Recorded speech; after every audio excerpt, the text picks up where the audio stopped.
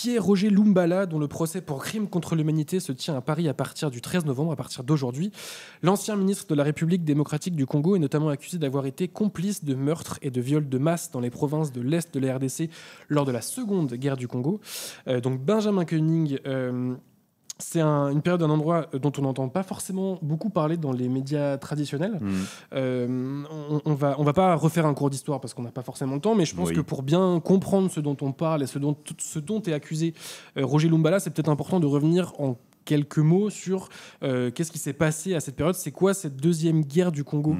Effectivement, bonjour tout le monde d'abord. Roger Lumbala est un peu le symbole de l'histoire récente du Congo depuis une quarantaine d'années, et notamment de l'Est de la RDC qui est ensanglanté depuis le début même des années 90, bon même avant, mais... c'est encore plus long. Alors, les deux guerres du Congo, il y en a une en 96, la première guerre du Congo, qui est en fait une extension aussi du génocide rwandais et une déstabilisation du pays qui était dirigée à l'époque, donc c'était le Zaïre, encore à l'époque de Mobutu, qui dirigeait le pays depuis 65. Donc on est sur une guerre de pouvoir à Kinshasa, mais sur fond évidemment de critères ethniques.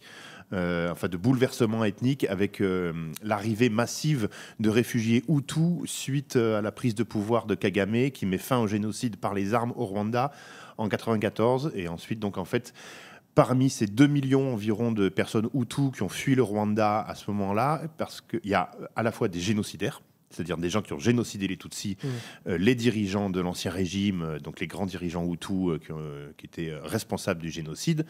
Et il y avait aussi des Hutus qui n'étaient pas génocidaires, mais qui avaient peur évidemment des représailles et qui donc ont fui au Congo voisin. Et en fait, donc ça, c'est la première guerre du Congo. Ensuite, à partir de 2002, c'est la deuxième guerre du Congo, qui est là aussi, c'est toujours un peu compliqué, mais c'est des luttes à la fois pour le pouvoir à Kinshasa. Alors, faut bien se rendre compte de l'immensité de la RDC. Et vous voyez que Kinshasa est tout à fait à l'ouest, alors que tout l'est de la RDC, en fait, l'État est peu présent. Et l'est de la RDC, notamment les régions du Kivu, le long des grands lacs, voilà, sont soumises aux influences et aux combats entre des groupes armés. Certains sont soutenus par l'Ouganda, certains sont soutenus par le Rwanda. C'est le cas du M23 dont on parle beaucoup actuellement, mais qui est en fait un petit peu le même schéma qu'à l'époque. Un prolongement, voilà. Donc d'ailleurs, ce Roger Lumbala, donc c'était le chef d'un de ces groupes armés qui s'appelle le RCDN, Rassemblement Congolais pour la démocratie nationale, national. Alors c'est un sigle qui ne veut rien dire. C'était un groupe armé donc soutenu par l'Ouganda qui avait deux objectifs, en gros, la lutte pour le pouvoir à Kinshasa et la mainmise sur les ressources minières de l'Est du Congo, du Kivu, comme la plupart des autres groupes armés. C'était aussi un proche de l'actuel alors je ne sais plus ce qu'il est, il est ministre de la Défense, je crois, Jean-Pierre Bemba, qui est un autre chef de guerre ultra connu. Jean-Pierre Bemba, oui, qui est aujourd'hui au gouvernement congolais. Bon, parce qu'en fait, il dirige... Vice-premier ministre de la République démocratique du Congo. Jean-Pierre Bemba est aussi un chef de guerre qui a du sang sur les mains, c'est pas le seul. Faut savoir qu'évidemment l'État congolais et notamment l'armée est c'est pas vraiment une armée régulière dans le sens. Alors maintenant c'est un peu régularisé. Oui, un peu régularisé ou en tout cas structuré. Mais ça a toujours été quand t'es général d'armée, ton but c'est d'aller dans l'est de la RDC pour commettre des pillages, s'enrichir. Mettre la main sur l'accès à des ressources minières. Donc voilà, c'est exactement ce qui est reproché à Roger Lumbala. Alors pourquoi lui et pas les autres? Pourquoi pas Jean-Pierre Bemba par exemple? Parce que lui a dû s'exiler en 2012 parce qu'il s'est rapproché du M23 lors de sa création. Voilà, toujours. Donc, le M23, c'est un peu comme l'autre groupe. C'est des groupes politico-militaires qui sont contre le pouvoir à Kinshasa et qui sont soutenus par des pays alentours, donc l'Ouganda pour le RCDN et le Rwanda pour le M23. Voilà, mais ce sont des groupes congolais. Ce ne sont pas des groupes, contrairement à ce qu'on croit ou ce qui est avancé parfois, qui sont seulement, on va dire, téléguidés. Ils sont soutenus. Mais pas téléguidés. Financièrement, militairement, etc. Donc pourquoi voilà. Roger Lumbala Parce qu'il a dû prendre le chemin de l'exil quand il a été accusé de trahison pour s'être rapproché du M23 en 2012. Attends, accusé de trahison par son ancien groupe, par en gros les autorités congolaises. D'accord. Parce qu'auparavant, il avait été ministre. Oui, c'est ça. Voilà. Mais entre-temps aussi, pendant la première guerre du Congo, ce qu'on appelle la guerre de libération, c'est la chute de Mobutu et l'arrivée au pouvoir de la dynastie Kabila, qui depuis a été remplacé par Tshisekedi, le nouveau... Enfin, bon bref, on va pas faire toute l'histoire de la politique congolaise. En tout cas, il était ministre. Mais il a été ministre à la fin des années 2010, je crois que c'était 2006 qu'il a été ministre pendant 3 ans.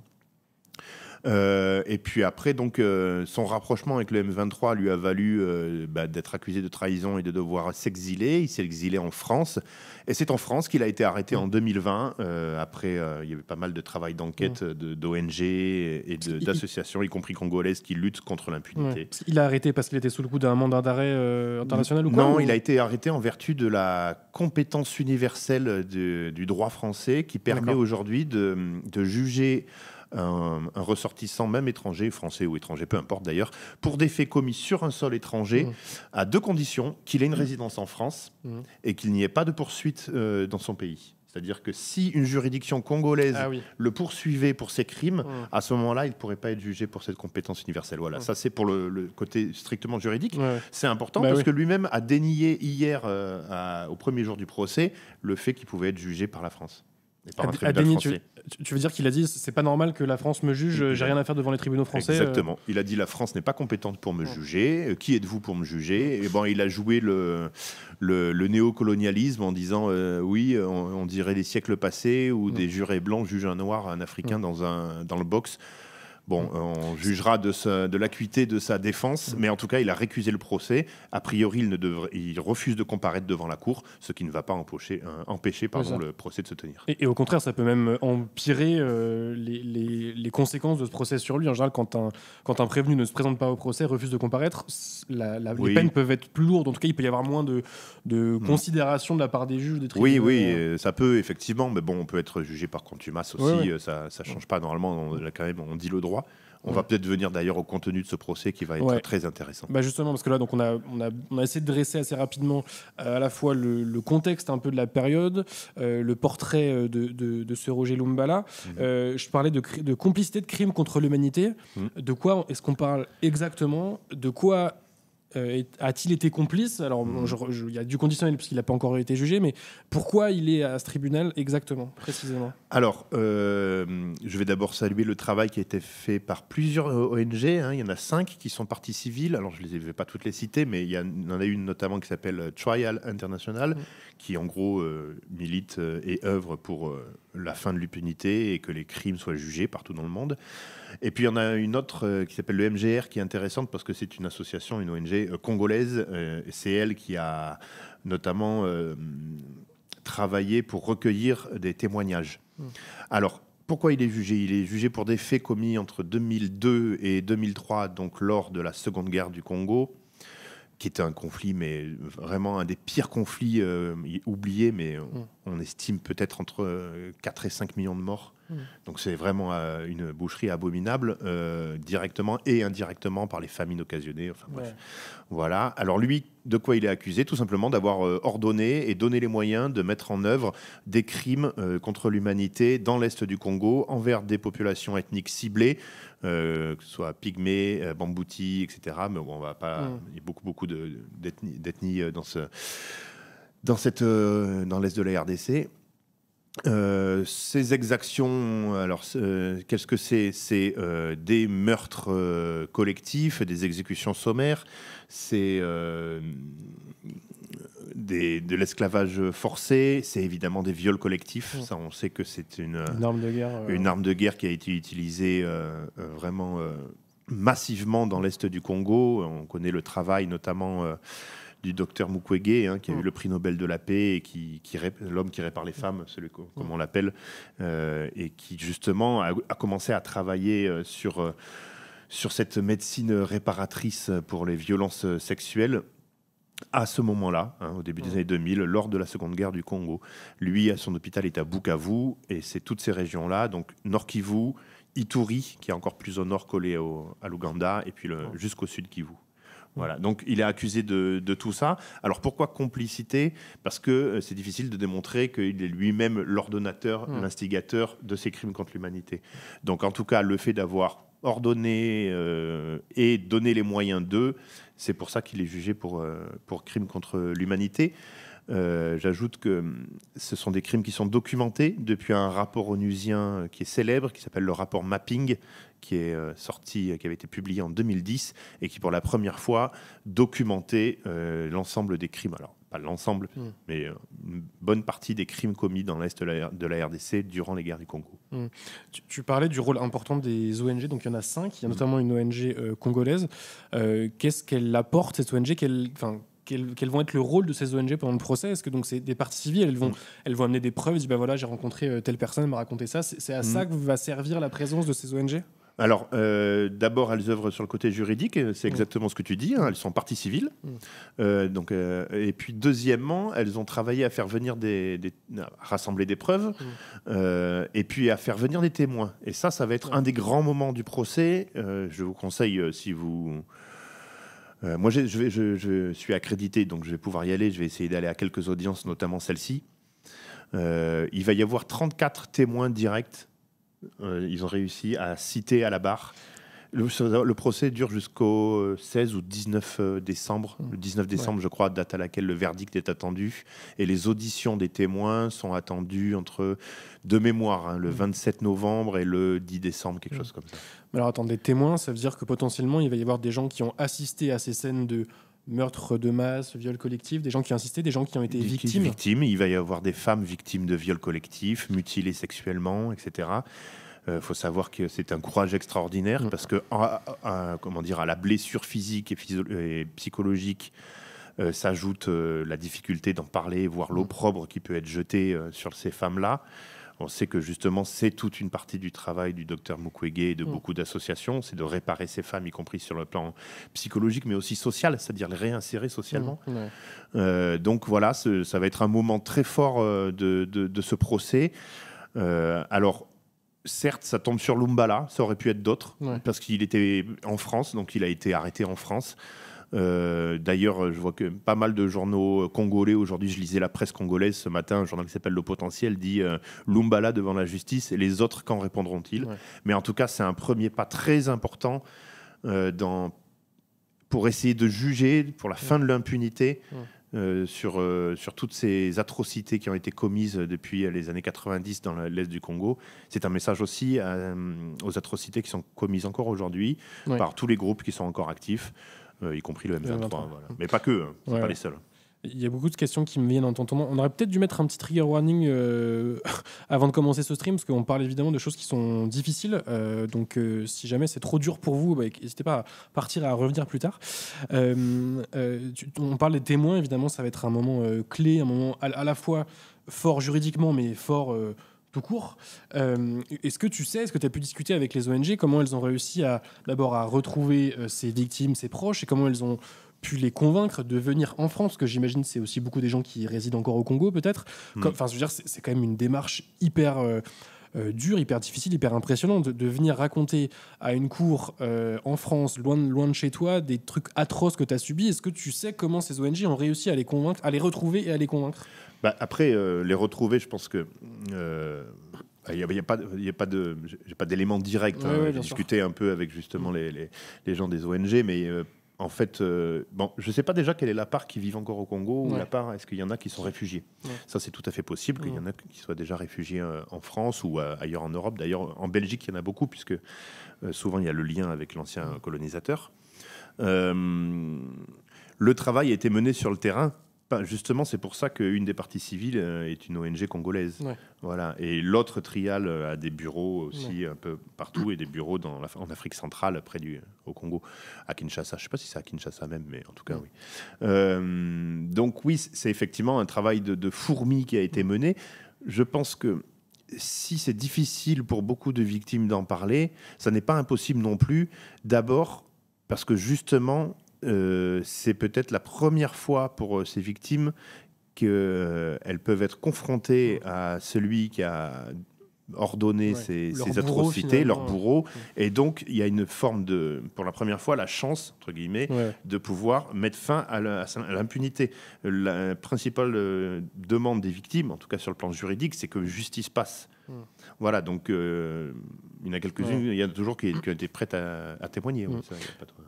Une autre question qui me venait, tu as commencé à en parler, c'est maintenant Roger Lumbala et à quand les autres. Est-ce que ce procès, est-ce que le verdict de ce procès pourrait encourager, par exemple, la RDC à entamer des procédures contre d'autres de ses ressortissants qui auraient eux aussi été complices ? Est-ce que ça peut créer un précédent, ce procès, ou est-ce que bon, c'est très bien pour le symbole, c'est déjà hyper important, mais est-ce que bon, il n'y aura pas forcément de suite ?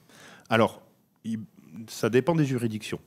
En France, donc selon la compétence universelle pour ce procès-là, donc comme je le disais tout à l'heure, il faudrait que, par exemple, ils soient arrêtés, les chefs de guerre soient arrêtés à l'occasion. Donc on le voit, même Jean-Pierre Bemba, qui est vice-premier ministre, a priori, il ne va pas être arrêté, même s'il vient en France. Ensuite, au Congo. Il y a eu des tentatives de faire passer la justice et de monter des procès pour ces atrocités-là.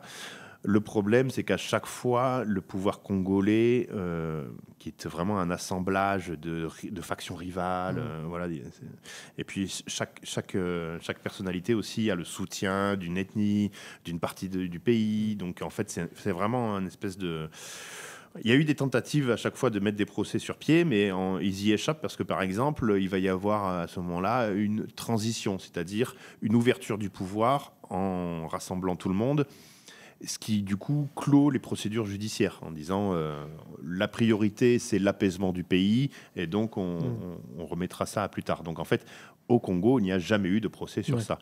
La dernière solution, c'est évidemment la justice internationale. Ce serait un tribunal pénal international, sur le modèle qu'il y a eu sur le Rwanda d'ailleurs, ou beaucoup d'autres. Ça, c'est évidemment